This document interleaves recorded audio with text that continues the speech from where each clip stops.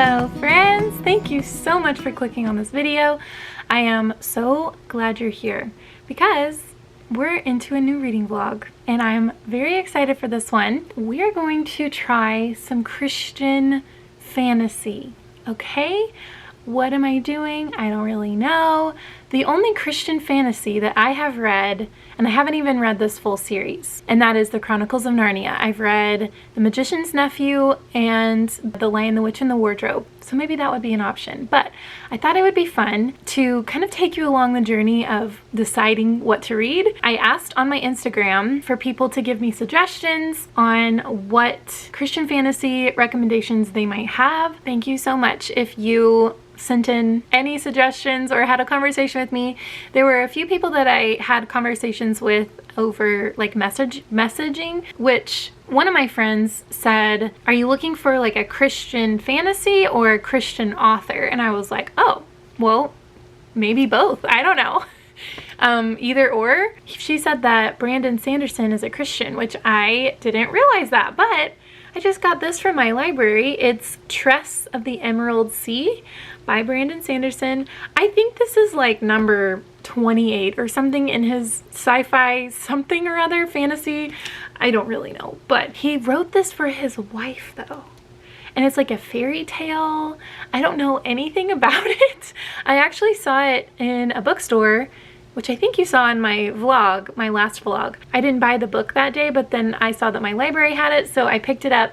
It's about Tress and an island home in the emerald green ocean. Her life has been simple, with simple pleasures, collecting cups brought by sailors from faraway lands and listening to stories told by her friend Charlie. But when his father takes him on a voyage to find a bride and disaster strikes, Tress must stow away on a ship to seek the sorceress of the deadly midnight sea. Can Tress leave her simple life behind and make her own place sailing a sea where a single drop of water can mean instant death? Okay. Sorceress. I don't know about that. But this is cute. That's really cute. I'm just not sure about sorceress, you know? Sorceress. Because I just don't know. I just don't know. So maybe I'll have to see if my library has the audiobook, because I don't know if I could physically read this in a week. So we'll have to see.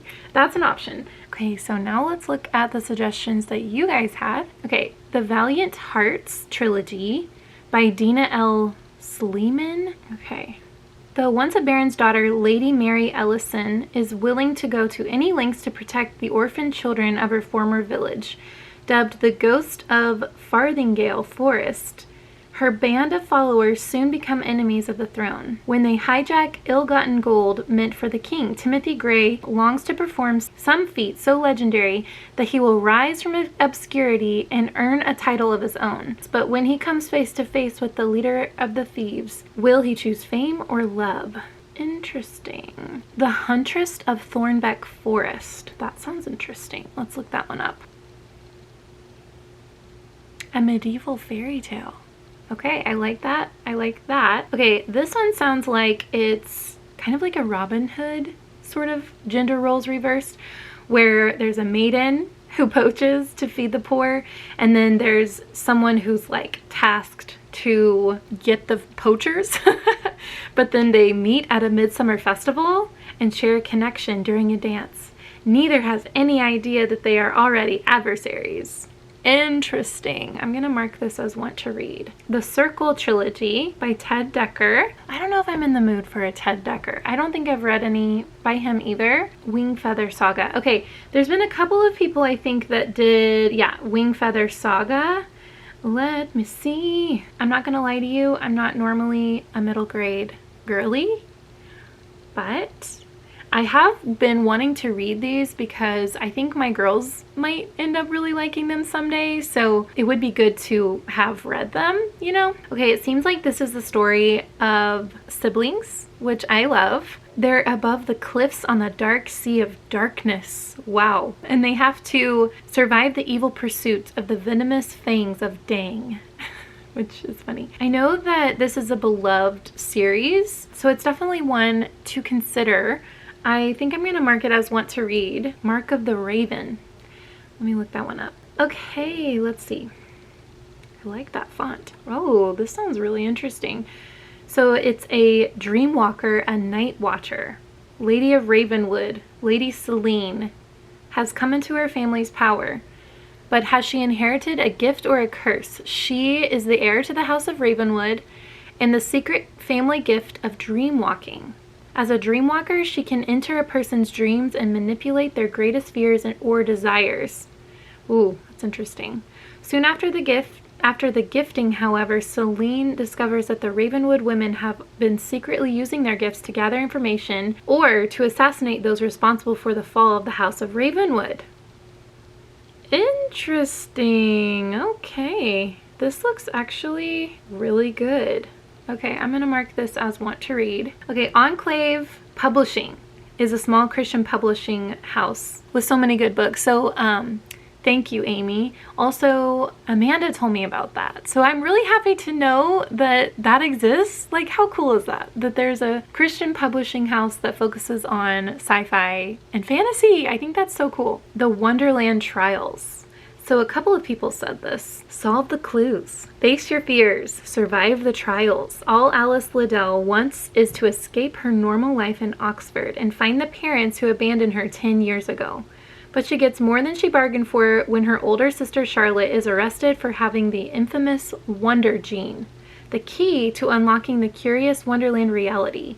Soon, Alice receives a rather cryptic invitation to play for the Team Heart in this year's annual and often deadly Wonderland Trials. This sounds like a lot of fun. Very fairy tale, Alice in Wonderland. Okay, I've gotten a few Heart of Red. I know a lot of people love this book, and I've already marked it that I want to read.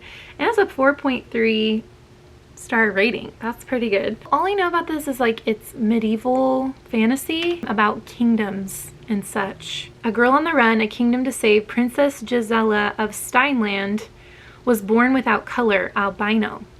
When her betrothal to Prince Jarek of Kronga ends in his death, it starts a 10-year war her father is determined to win, even if it means bringing her out of hiding to do it. Now the savage Krongan war commander Bloodless Kristoff seeks the hearts of the entire royal family, especially Gisela's.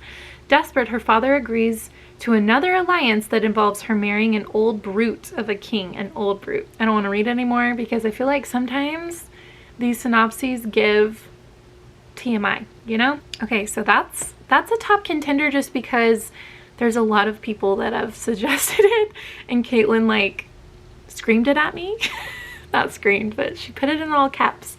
So, and she knows my reading taste pretty well, and so does Jordan. Lord of the Rings and Chronicles of Narnia. I did just recently purchase The Lord of the Rings, but my friend Rachel told me to read The Hobbit first. Do you have an opinion on that? I'm sure there's many opinions of that. Okay, man, what do I read? I think that if I'm being honest, Heart of Red, Blood of Blue sounds really good. So many people I trust have loved it. I'm gonna try that one first. Hello. I really wanted to show you my cute little shirt. 'Tis so sweet to trust in Jesus. Like, are you kidding me? I love this shirt so much. Anyways, if I can remember to find the link or find it, because it was like an Instagram ad. You know what I'm saying? Because Instagram knows me by now. I am about 20% into Heart of Red, Blood of Blue, and I'm really liking it, like a lot. I wanted to give you a synopsis because I don't think that I did the other day, or maybe if I did, it was like reading it. So we're following our princess. It's like kingdoms. It's medieval times, but it doesn't feel too heavy on that. It's definitely not urban at all. There's no technology. There's swords. There's horses. All those things. We're following our Princess Gisela. She is in like the family line for a kingdom that's on the struggle bus. The king is on the throne, and she is basically in hiding because there's this crazy person named, what is his name? Bloodless Kristoff, who is on the hunt for this family line. All because Gisela was to be betrothed to this other kingdom's son.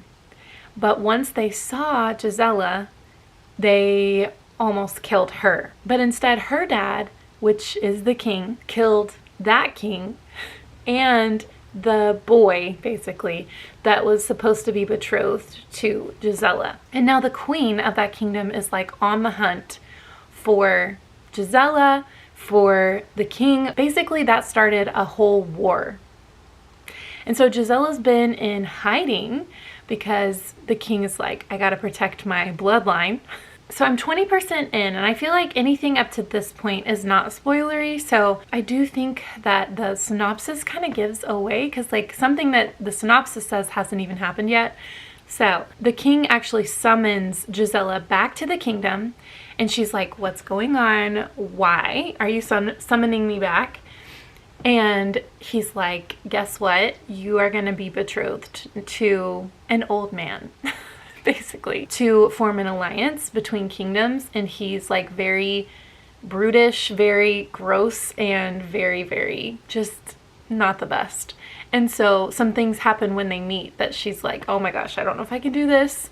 So yeah, that's where I'm at. She's learning things about herself, possibly, and why this war has started. I'm listening to the audiobook because that's what my library had. Thank you to those who suggested this, because I am really, really liking it so far. Today is the solar eclipse, lunar eclipse. I think it's solar eclipse, right?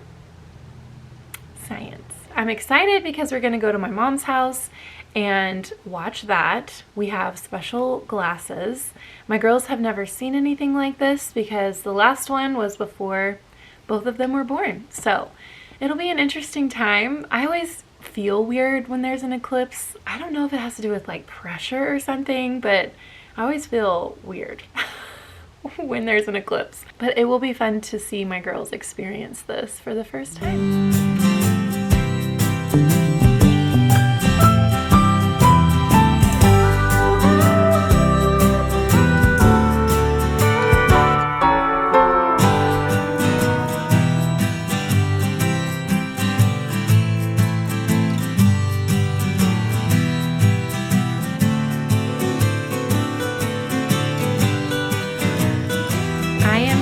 Update, and if you hear sounds, we're outside playing, but I am about 60% of the way through Heart of Red, Blood of Blue. I'm not gonna lie to you, I was not sure about this book mainly because our main character, I forgot to look and see if this was adult or young adult or middle grade or whatever. I knew it wasn't middle grade, but I really wasn't sure what it was. Then I looked and I realized that it's young adult, so that makes a lot of sense.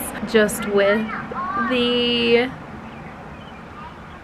I don't know, the thoughts and feelings of our main character, the immaturity, I was like, oh my gosh, like I don't know if I can deal with this whole book, you know? But thankfully, she is progressing. She is having some character development. So I greatly appreciate that. But I'm really liking the way things are turning. Yeah. Although I will say, so Gisela, our main character, thinks she's albino. And I don't know if that's even what she is. But I hope that the author redeems some of those conversations around that, because the way she's like talking about how despicable an albino is feels weird and wrong. So I'm interested to see if there's development with that or conversations around that. But overall, really, really, really loving it, like a lot. Just found out something in, what's it called? Heart of Red, Blood of Blue. What? Wow, I did not see that coming. So this book is kind of twisty and turny in a good way. I am having the best time. I'm having the best time. Yeah, that's all. Because I can't say anything else because it would spoil it. but so good. Okay, so good. So I finished Heart of Red, Blood of Blue. I had such a fun time, especially in the second half of the book. The first half of the book, I will say the pacing was pretty slow, but other than that, I just don't think I have any complaints about the book. It was just a really fun medieval, kind of. They would make mention of chainmail and stuff like that, but really it wasn't very heavy on the time period. It kind of felt like it could be set in any time, except for the fact that there was like horses and that's how they traveled around. But other than that, it wasn't too, and like handmaids and, you know, stuff like that. But I kind of want to buy the book to have in my collection, and to be able to like lend out to people if they're interested, because I think it's one that if you're looking for Christian fantasy, it's a good one. The faith wasn't heavy-handed in the faith, in my opinion, but it was good. I feel like I could sit with this book and draw even more out of it, of God and us and how he operates with us, how he sees us. I really liked those themes, and I feel like I'll be thinking about this book for a while, especially the end. How he sees us, I guess that's what. Yeah, themes of forgiveness were portrayed so well in this book. I loved it. I really did. I feel like it had a lot of elements to it. It had a romance, it had mystery, there was war going on, which I will say there is pretty heavy-handed descriptions of like war and wounds and blood and all of those things, which doesn't really bother me, but if it does bother you, just to let you know about that. I'm really, really happy to know this exists because I want to start building my collection for my girls to be able to read good, solid books that are good stories, but also not putting things in their mind that just aren't of the Lord. Not to say that there's not secular books doing that. I'm not saying that. But for the sake of this vlog, I really like it. I really like finding Christian fantasy. So I had to get a sip. You know, I think I'm gonna give this 4.5 stars just because it was a little bit, like I said, it was a little slow in the beginning, but even though the pacing was slow, I found myself always wanting to go back to it. So that's always a good thing. The next book I think that I'm going to be reading is The Singer by Calvin Miller. This is a trilogy and it was written, I think, in the 70s. It's kind of more in the vein of allegory because it's a retelling of Jesus's life through allegory and through poetry. So I don't know where this falls in the spectrum of genre necessarily, but I'm gonna put it in fantasy because C.S. Lewis kind of does this too, although he has said Narnia is not an allegory. It's something else. Maybe you guys know what it is. But right now I don't know. But it feels kind of similar, sort of, to that. I don't want to compare because I don't fully know all the ins and outs of that, but I'm really excited because my good friend Lindsay recommended this series to me. She was like, I really think you need to read this. So I looked on my Libby app and they have it, so I'm going to listen to it. I were only a few minutes into the audiobook, and it's a very short audiobook. It's like 5 hours, and so I can already tell I'm gonna want to get this book and mark in it. So that's awesome. That's always a good feeling. On the audiobook that I have, they have like an interview with Calvin Miller. Calvin Miller is a pastor, I think, and he actually mentored a lot of pastors, and he was talking about how, like, as he's mentoring pastors, he's able to encourage them to tell stories because the Bible itself is a story and it refuses to separate narrative from prescription. Even when you get the 10 Commandments in the Bible, it's surrounded by this narrative of quail storms. You know, kind of fantastical stories, which I believe really happened, but you're following the Israelites, right? In the wilderness. They're following pillars of smoke and fire pillar by night. It's just one of those things of like, you can't really separate it out. And I just really appreciate it. I just really like how he was talking about that.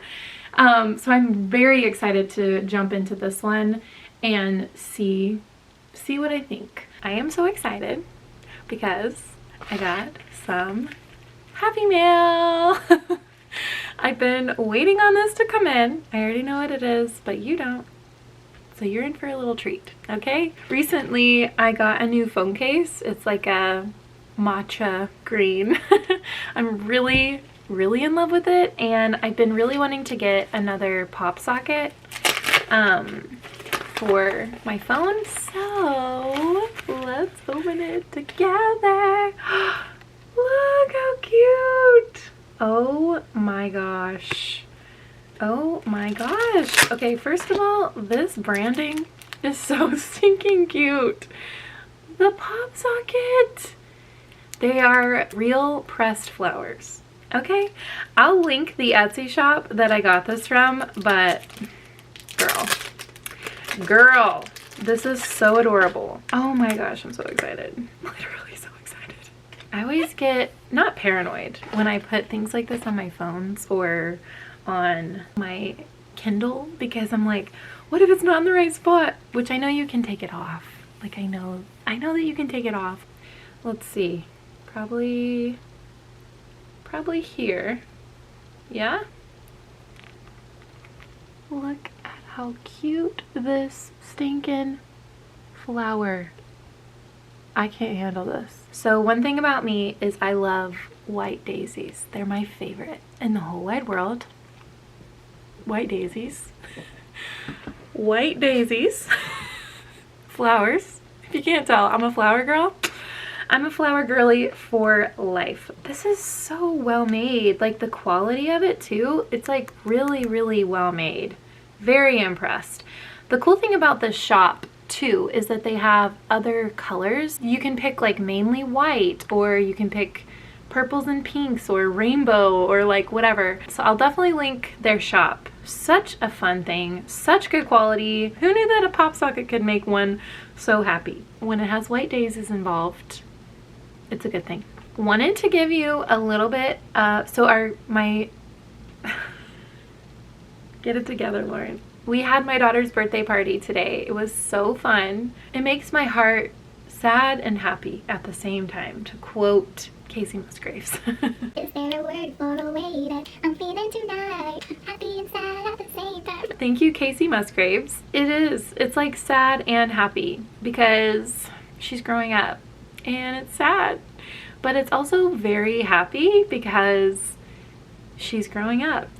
You know what I mean? It was a lot of fun. It was at this place where they like paint something and then they have an indoor playground. I can't remember if I already told you that, but it was a lot of fun. There were a lot of her little friends there, and it was just the best time. I wanted to give you some initial thoughts on the singer. This is super poetic, like very poetic. I really don't even know if it's fantasy. I think it's marked as fantasy, but I would say it's more like a reimagining in poetry form of Jesus, like Jesus's life on earth. I don't know. His whole thing was to tell the gospel and like Jesus's life, Jesus's story in a way that people who've maybe never read the Bible or are intimidated by reading the Bible or don't understand the Bible could understand. But to me, I'm having a hard time understanding it. So it kind of skips from story to story, kind of like the Bible does, of like the woman at the well, even though it doesn't say the woman at the well. But it takes me a minute to be like, okay, what is happening? And then it clicks of like, oh, this is that story. And then once it clicks with me, I'm like, wow, this is beautiful. This is gorgeous, stunning, everything. But it is taking me a minute to fully process it. I think this would be better received in written form, just because listening to the audiobook is a little confusing. Listening to poetry, I feel like, is already hard, but then I don't know what I'm saying. I think that I need to read it physically, but I don't know if I have time to do that. I don't know. I have like moments of like, whoa, that was beautiful, or like, wow. But then there's other moments of like, I just don't know if someone who doesn't know the Bible would understand this. It's kind of confusing, if I'm being honest. So yes, I'll put your shoes on. Okay, we're going outside. Okay, so I wanted to pop on here real quick and let you know that I think I'm going to put down the singer for a little while. Not because I don't think I'm going to love it, just because I'm I just don't think I can do it justice, if that makes sense. And I don't want to not be feeling a book and then rate it low just because I'm not in the mood for it, you know? So I think I'm gonna put it down for a little while. It's a soft DNF, you know? But I think I am gonna be picking up The Raven, what is it called? The Mark of the Raven by Morgan L. Busey. This book sounded really interesting when I read the synopsis at first, and my library has the audiobook, so I think I am gonna pick it up. I started listening to it just to make sure I would like it, because I don't necessarily want to DNF another book in this vlog. I'm really liking it so far, so that's a good sign, right? All I really know is that it's following our main character, Celine. She's in this like magical family that gets these powers, and once she receives these powers, her mom begins to teach her how to operate in them. So Lady Celine is the heir to the House of Ravens. I don't really fully understand what that means, but the power is being able to go into people's dreams while they're sleeping in order to basically manipulate and get information that they want. She just found out, I'm only like 10% into the book, she just found out that her mom actually sells the information. I think there's more to come with that. I think the synopsis does give more, but Jordan from Jordan Elaine recently said in her latest vlog, she was saying how she like cannot read a fantasy synopsis. Like her brain does not comprehend them, and I am the same way. So honestly, sometimes even if I read it, it's like, what did I even read? I'm really liking just jumping into this one. I like the audiobook a lot. It seems to be going by pretty quickly. So I was looking up reviews and I thought this was an interesting little sentence. Someone said, if I had to pick one thing that this story absolutely nailed, it would be the hopelessness that comes from living in darkness and the beauty that comes from the first glimpse of light. So yeah, Celine is in a lot of darkness, I feel like. She isn't really accepted by her family. Her family doesn't really like her, to be honest. Like there's a lot of competition and comparison, and obviously lots of manipulation and such. So I can feel that. Like I can feel that as I'm reading it, just the kind of darker tones of the writing style, but I'm excited to see it turn around. I'm just excited to see where it goes. I am 63% of the way through Mark of the Raven, and I am liking it so much more than I thought I was going to. I'm not gonna lie to you. I wasn't feeling fantasy these last few days. Not that I'm not enjoying the story or what's going on, but I think it's just a mood shift in my reading. I was like, oh no, I really want to pick up a mystery. Oh no. But honestly, the story is sucking me in. It's very interesting, very intriguing.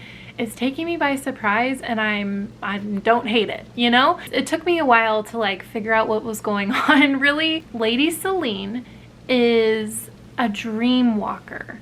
I've already explained that part where she like can touch someone's body while they're asleep and go into their dreams. She can manipulate them. She wants to find their deepest fears. It is really interesting to see how her character has changed in this first half of the book. Like at first she didn't really know what was going on, and just kind of, she wasn't living in the best circumstances. Definitely had, you know, some baggage with her mom and stuff, but her character is changing quite a bit in regards to her heart. Like she even acknowledges that her heart is getting hard and her heart is like feeling dark. I was giggling to myself at part of this book because it started, Celine actually says something like, don't feel. It's not conceal, don't feel, but she's like, don't feel something. I can't even remember, but it reminded me of Elsa, you know? And she even like hunched down by her door after she said it, and I'm like, this is Elsa. You know what I'm saying? So in this book, the part where I'm at, all the kingdoms are converging for a conference. Not a conference. Can you tell that I live in America in the 21st century? LOL. Not a conference, but like a convergence of the kingdoms, okay? And you're learning about all the kingdoms, which I think is really interesting. One of the leaders of a kingdom is the one who actually called the meeting. He is wanting to unify the kingdoms in order to, I think, defeat a bigger enemy. I don't really fully understand that, but his heart is to unify all the kingdoms to what they once were and working together, using their gifts together in a unified front. His name is Damien and he's young. I can tell that his heart is really true and good, and it is interesting because Celine does go into his dreams at one point, and I think it's very interesting what she sees. I won't say because I don't want to give too much away. I really am enjoying to see Celine start inner battling herself of wanting to be loyal, wanting to be true to her kingdom and her mom, but then also knowing that what she's doing isn't right or good. And so that struggle there, I hope that the author really goes there with it, which I think she will. But overall, I am really liking it. So happy that I stayed with it. I think a few of you recommended this, so thank you to those who did. I am really, really enjoying it. I am also really liking picking up on the faith themes, even things that Celine sees in Damien. She's like, what is this light? I want to know what that is. I want to touch it. I don't know what this is. And so it's interesting. It's just really good. Chapter 26. How did you sleep? Damien rubbed the back of his neck as he and Tejas followed the long corridor toward the southern side of Rook Castle. I just finished this book and I loved it. The Mark of the Raven. Oh my gosh. This is such a surprise. I absolutely loved it. It's my dog walking on the floor. I loved it. It's really late, but I just finished it. I'll come back on and like give my full thoughts on what I liked and stuff, but wow, I loved this. I feel so surprised. I feel so surprised. I want to buy this book and I want to buy the next book like now. No words. I loved it. I loved it. Gonna be picking up the next one. Gonna be continuing on in the series. Oh my gosh. Okay. Just took a shower. Also dyed my eyebrows. So your girl doesn't have to do so much work on my eyebrows when I put makeup on.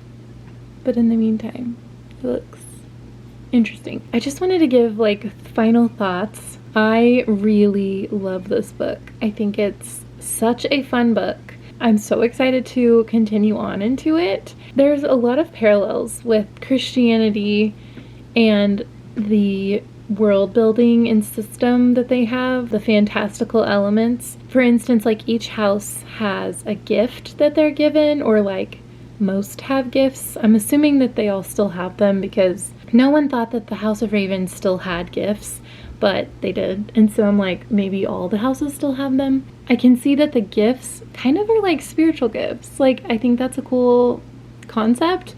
It doesn't go like one-to-one translation, even though I do believe dreams are a spiritual gift, a way that God communicates with us.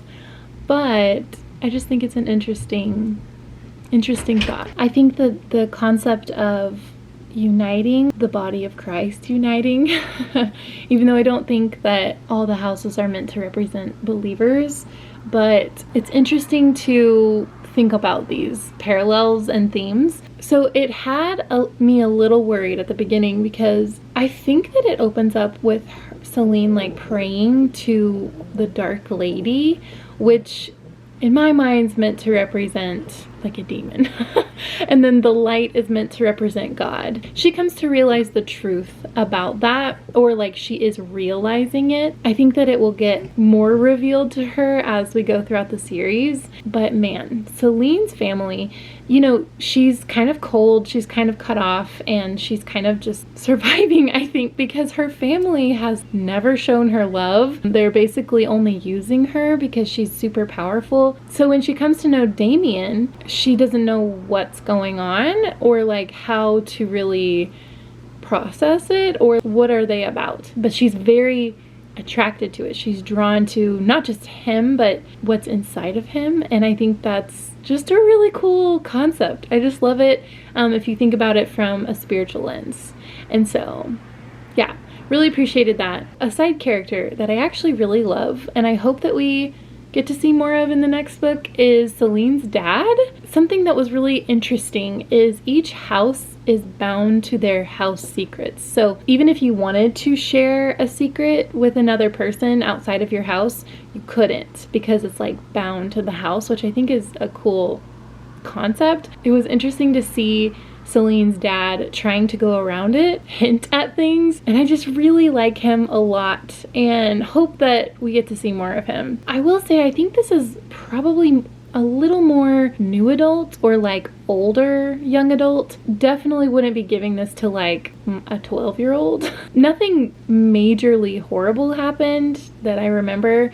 Maybe, I mean, there's violence with like fighting and swords and threat of death and all that, but even just the darker spiritual themes I think could be a little scary for like the younger side of young adult, if that makes sense. So just a thought if you are thinking about giving this or recommending this to a younger young adult. This reading vlog was so fun.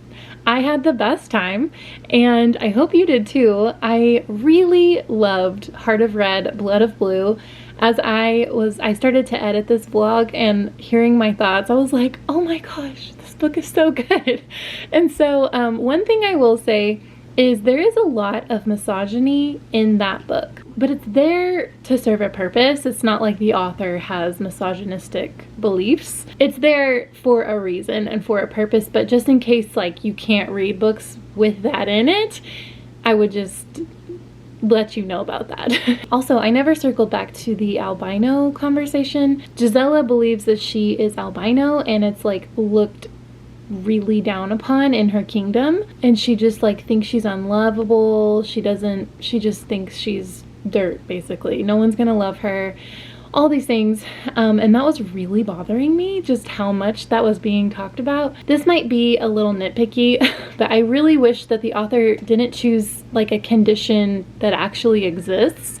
I wish that she did something in like a fantastical way, but also this book doesn't have any magic in it. So like, you know what I'm saying? It just felt a little weird, but I want to say the author did redeem it in certain ways, in my opinion. Okay, that's that. I was thinking about what am I gonna rate The Mark of the Raven, and I don't know, I think I'm gonna rate it 4.5. Probably both of these books are probably gonna get rounded up to 5 stars on Goodreads, so that's a win in my book. I'm just really happy that this vlog turned out this way. Sadly, I did soft DNF the singer, but I feel like I am going to come back to it someday and really enjoy it. It was very beautifully written, and I just need to be in a headspace that I can really intake it and appreciate it, and I just wasn't in that space this week. So yeah, thank you so much for watching. If you like my content and want to hit that subscribe button, I would greatly appreciate it. I love creating YouTube videos and I love reading and I love having conversations with you guys. So if you want to stick around, definitely hit the subscribe, hit the like. It helps me out so much. And a spoiler, if you made it this far in the vlog, I'll give you a little sneak peek of my next vlog. I'm going to be reading Christian thrillers. And I'm really excited. I already started one and it's already crazy. So something to look forward to. But thank you so much for watching and I will see you in my next one. Bye.